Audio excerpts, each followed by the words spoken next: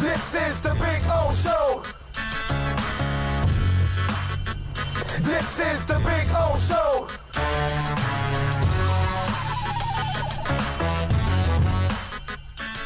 Okay. Miami Miracle says, do you think we get Logan Ryan? If so, do we keep Howard? Yeah, why wouldn't you keep Howard? Miami Miracle, you probably are kind of new to it and you haven't listened to the show every day or listened to some of the old podcasts. And we're on every day at 11, so you'll know. And everything is podcasted after, so you can go back and listen to it, and it's all broken down into different segments. I had a segment on talking about X, and I mentioned that X is untradeable right now. You can trade him, but you're going to get very little for him in return right now. He's coming off an arrest for domestic violence, okay? And even though charges are going to be dropped, he's going to end up, getting away with whatever he did or whatever. And then he's also coming off a knee surgery. Okay? You need to get X back on the field, playing at a Pro Bowl level, and a year of not getting in trouble. Then, next year, if Noah develops, the kid they drafted out of Auburn, some of my guys that are, scouts in the NFL believe that Noah eventually becomes an outside boundary corner, a starter. So if they feel that, then that tells me that Miami is adding depth, adding a guy that can play inside and out in Noah, because he's got the hips to play in the slot, and he's got the ability to play outside, but he's still green. So that tells me that they're using foresight, and they're saying, okay, let's develop this kid. And if he does develop, then next year we have the luxury that if we feel like moving X, and he has a good year, he has 6 interceptions, plays well, goes to the Pro Bowl, all of that, we can now trade him, get his value in return, which would be a first-rounder who he is a second-rounder, and you can get a first-rounder or more from a team, and you can get that salary off, and then you go and draft another one. Now, before you get crazy on me and say, well, how do you get rid of a good corner? Just remember, okay, the guy that drafted X is the guy that's getting rid of him and trading him. The guy, and if this happens, it's because Noah's playing well. And if Noah's playing well, who drafted him also? The same guy. Okay? And if Byron Jones is playing well, it's the same guy. Right? It's the same guy that found Nick Needham. Right? So it's the same guy that signs Bobby McCain a year out.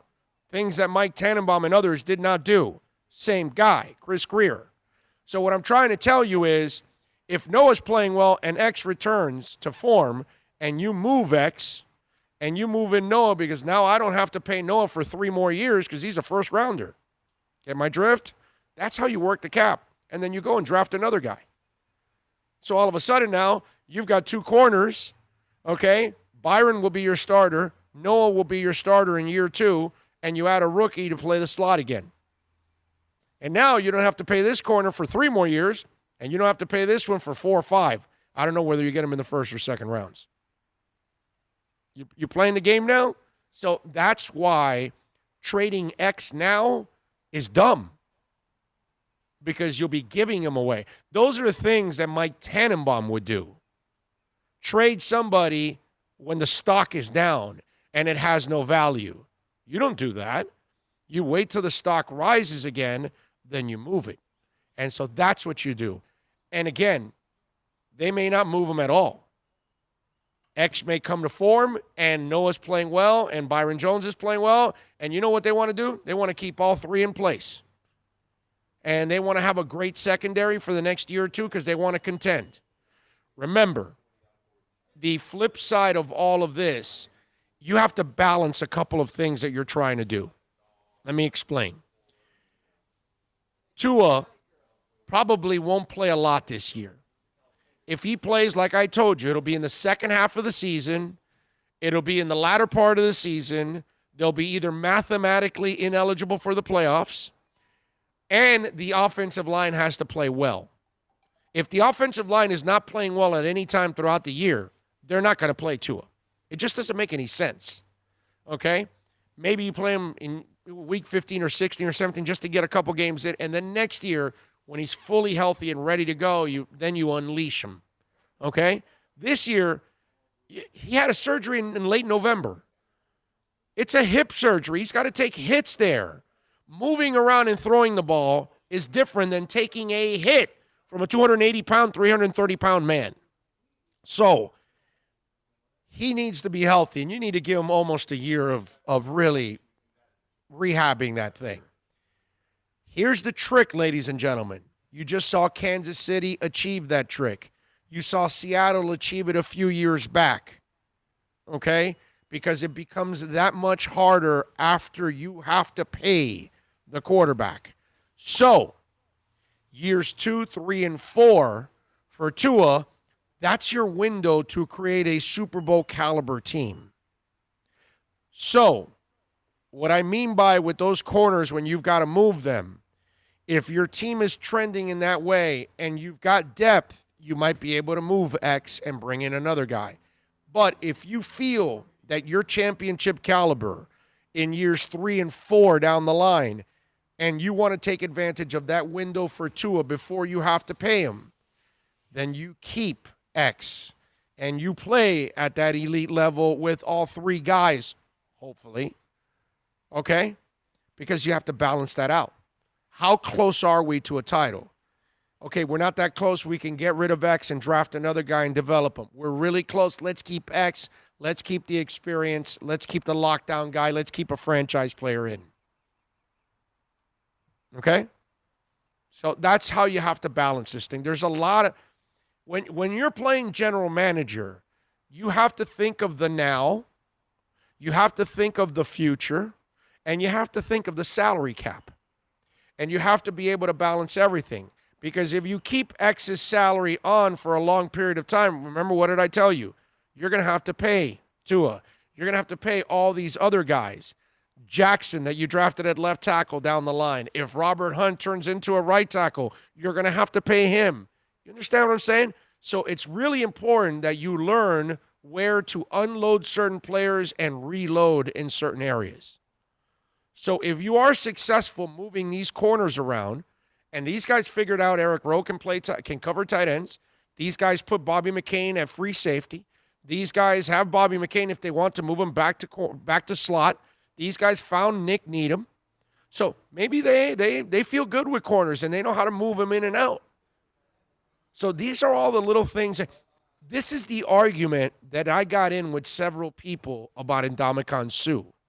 Because the average fan just thinks, oh, we got Ndamukong Suh. He's a hell of a player. Our defense is going to be monstrous. And then I'm the guy saying, no, you're not. Because look at your team. It's not a monstrous team. He's not a one-man wrecking crew. And his salary does not help you because you're paying him like a quarterback. And you cannot do that because eventually you will have to pay a quarterback. And then what happens to your cap? You're going to carry 2 quarterbacks? You can't do that. And that's why I had the many arguments, like with my boy Joe Rose. And why? Because he was playing Joe Fan. And that's why it ended up looking silly for a lot of people, thinking that Ndamukong Suh was the panacea. And no, he wasn't. He was a disease for your team. Not because he's a bad player. It's because financially, he was never going to produce what you're paying him. And then he was going to also stop you from getting better in other areas because you have to pay him. And then what would Mike Tannenbaum do? He would worsen the situation by what?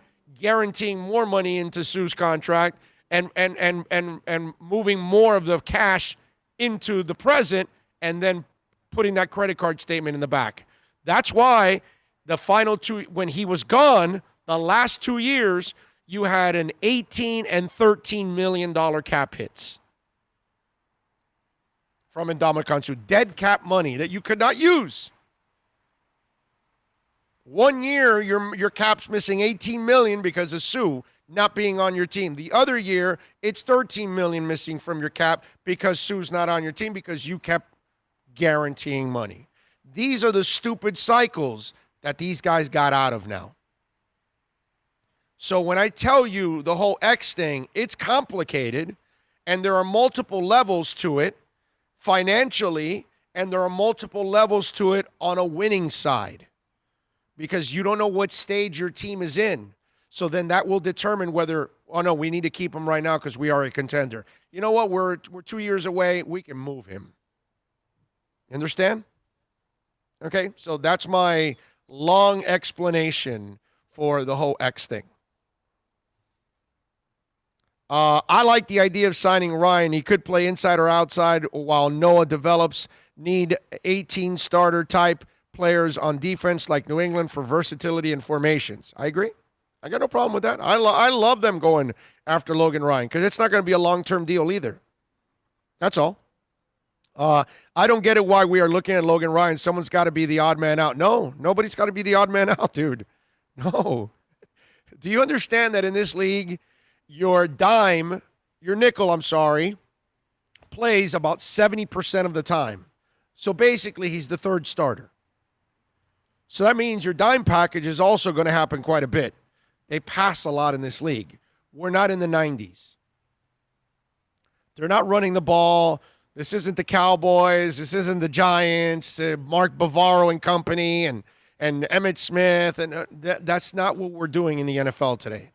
In the NFL today, it's 3-4 wides. It's athletic tight ends.